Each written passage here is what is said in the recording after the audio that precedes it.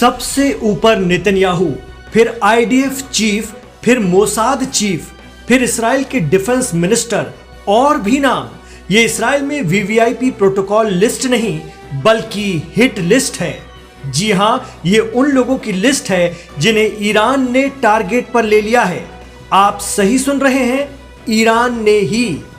अब तक मारने के लिए इसराइल की खुफिया एजेंसी मोसाद ही हिट लिस्ट जारी करती रही है, लेकिन पहली बार ईरान की पासदाराने इस्लाम की तरफ से हिट लिस्ट जारी की गई है। इसमें इसराइल के पीएम बेंजामिन नेतन्याहू को सबसे ऊपर रखा गया है। अब ईरान का लक्ष्य है इसराइल के इन लीडर्स और अफसरान को खत्म कर देना। जैसे ही इसराइल के पीएम बेंजामिन नेतन्याहू अमेरिका में प्रेसिडेंट ट्रंप से मिलकर लौटे, मीडिया रिपोर्ट बता रही है कि बस उसी दौरान ईरान की तरफ से हिट लिस्ट जारी कर दी गई, जिसमें नेतन्याहू का नाम सबसे ऊपर है। ईरान की सरकारी मीडिया ने जिन लोगों के नाम जारी किए हैं उनमें पीएम नेतन्याहू के अलावा Mossad chief David Barnea, defence minister Israel Katz, IDF chief Eyal Zamir, air force chief Tomer Bar, military intelligence chief Shlomi Binder और ऑपरेशनल चीफ इत्जी कोहेन का नाम शामिल है। माना जा रहा है कि ईरान 13 जून 2025 का बदला लेने की तैयारी में है। ये वो दिन था जब इसराइल ने ईरान के खिलाफ ऑपरेशन राइजिंग लॉयन की शुरुआत की थी। इस ऑपरेशन में इसराइल ने ईरान की एलीट फोर्स IRGC के टॉप कमांडरों और साइंटिस्टों को एक साथ टारगेट किलिंग के जरिए मार डाला था। इसराइल के ऑपरेशन में ईरान के जिन अधिकारियों की हत्या की गई उनमें IRGC के चीफ हुसैन सलामी, ईरान सशस्त्र बलों के chief of staff Mohammad Bagheri और IRGC air force chief Amir Ali Hajizade का नाम प्रमुख था। इतना ही नहीं, उससे पहले अमेरिका ने साल 2020 में ईरान में कुद्स फोर्स के चीफ जनरल कासिम सुलेमानी को एक टारगेट किलिंग में इराक में खत्म कर दिया था। और तो और लेबनान में ईरान समर्थक संगठन हिजबुल्लाह के चीफ सैयद हसन नसरुल्लाह को टारगेट किलिंग में राजधानी बेरूत में मारा गया था। इससे पहले भी कई ईरानी साइंटिस्टों की इसराइल ने टारगेट किलिंग अंजाम दी थी। ऐसे में कहा जा रहा है कि अब ईरान ने भी बदला लेने का मन बना लिया है और पीएम बेंजामिन नेतन्याहू को निशाने पर ले लिया है। साथ ही पूरी लिस्ट भी जारी कर दी गई है। कहा जा रहा है कि ईरान में IRGC यानी पासदाराने इस्लाम की खुफिया विंग इस काम में माहिर मानी जाती है। इससे पहले भी कई बार ईरान समर्थित हूती और हिजबुल्लाह के रॉकेट पीएम नेतन्याहू के घर तक पहुंच चुके हैं।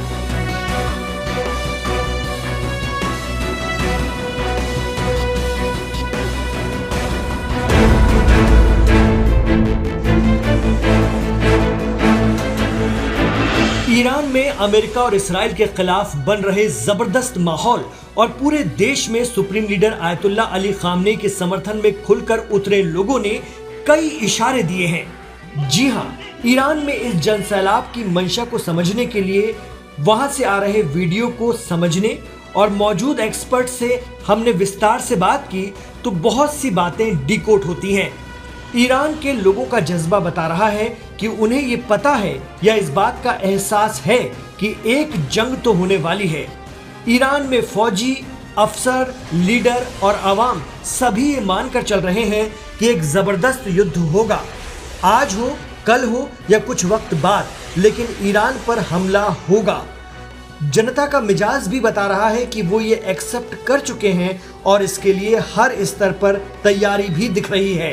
एक्सपर्ट कहते हैं कि पिछले बार यानी जून 2025 में ईरान पर जब इसराइल का सरप्राइज अटैक हुआ था तो वो ईरान के लोगों के लिए भी एक बड़ा झटका था।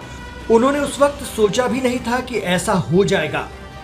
उस समय ईरान एक युद्ध अभ्यास करने वाला था, लेकिन वो ये करता इससे पहले ही 13 जून 2025 को इसराइल का हमला हो गया।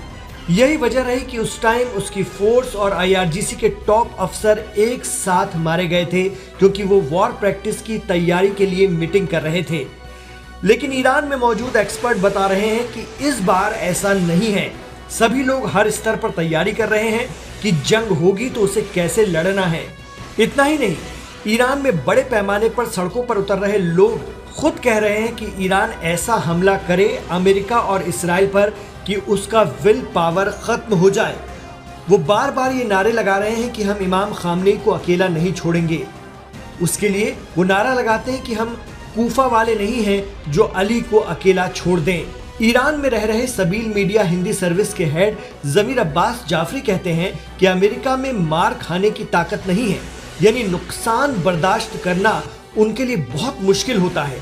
ईरान इसके लिए मानसिक रूप से तैयार हो गया है। जनता का भी यही कहना है कि अब आर पार हो ही जाए। यही वजह है कि पश्चिमी मीडिया की रिपोर्ट में ईरान में हुए महंगाई विरोधी प्रदर्शनों को अमेरिका समर्थकों और जेन जी का विरोध प्रदर्शन बताया गया था। असल में वही जनरेशन यानी वही जेन जी बहुत बड़े पैमाने पर इस्लामिक रेवोल्यूशन के साथ उतरकर अब चाह रही है कि एक बार अमेरिका इसराइल को ईरान की ताकत का एहसास करा ही दिया जाए। एक्सपर्ट कहते हैं कि अब तक ये होता रहा कि ईरान ने जब भी रिटेलिएशन किया तो उसका पलटवार अमेरिकी माल को नुकसान पहुंचाता रहा, लेकिन इस बार ईरान की तैयारी बताती है कि ईरान का हमला मिडिल ईस्ट में मौजूद अमेरिकी फौजियों को यानी अमेरिकी जान को बड़ा नुकसान पहुंचा सकता है। इससे ट्रंप के लिए बना घरेलू समर्थन भी प्रभावित होगा और ईरान इस सिचुएशन का फायदा उठाना चाहता है।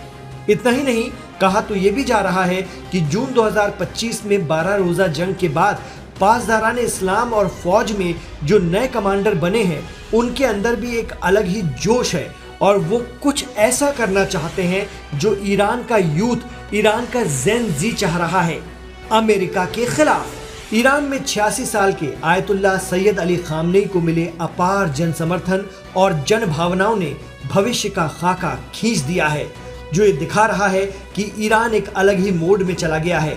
यही वजह है कि प्रेसिडेंट ट्रंप ने इस्राएल के पीएम नेतन्याहू से बातचीत के बाद सिर्फ इतना ही कहा कि कुछ भी निश्चित नहीं हुआ, सिवाय इसके कि मैंने इस बात पर जोर दिया कि ईरान के साथ बातचीत जारी रहेगी, ये देखने के लिए कि कोई समझौता हो सकता है या नहीं। यदि ऐसा हो सकता है तो मैं नेतन्याहू को बता दूंगा, यदि ऐसा नहीं हो सका तो हमें बस देखना होगा कि परिणाम क्या होगा।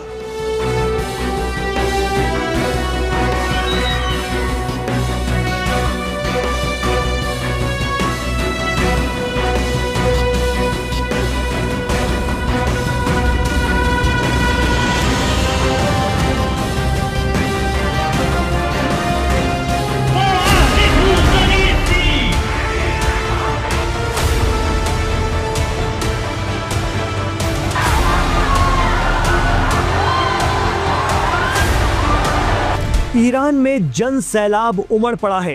कहा जा रहा है कि ये लोग आयतुल्लाह सैयद अली खामनेई की ताकत हैं। आज ईरान में 22 बहमन मनाया जा रहा है।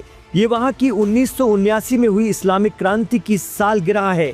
इस वक्त ईरान के 31 राज्यों में सड़कों पर बड़ी तादाद में लोग ही लोग हैं। ये वो लोग हैं जो ईरानी इस्लामिक रेवोल्यूशन के लिए अपनी प्रतिबद्धता का इजहार कर रहे हैं।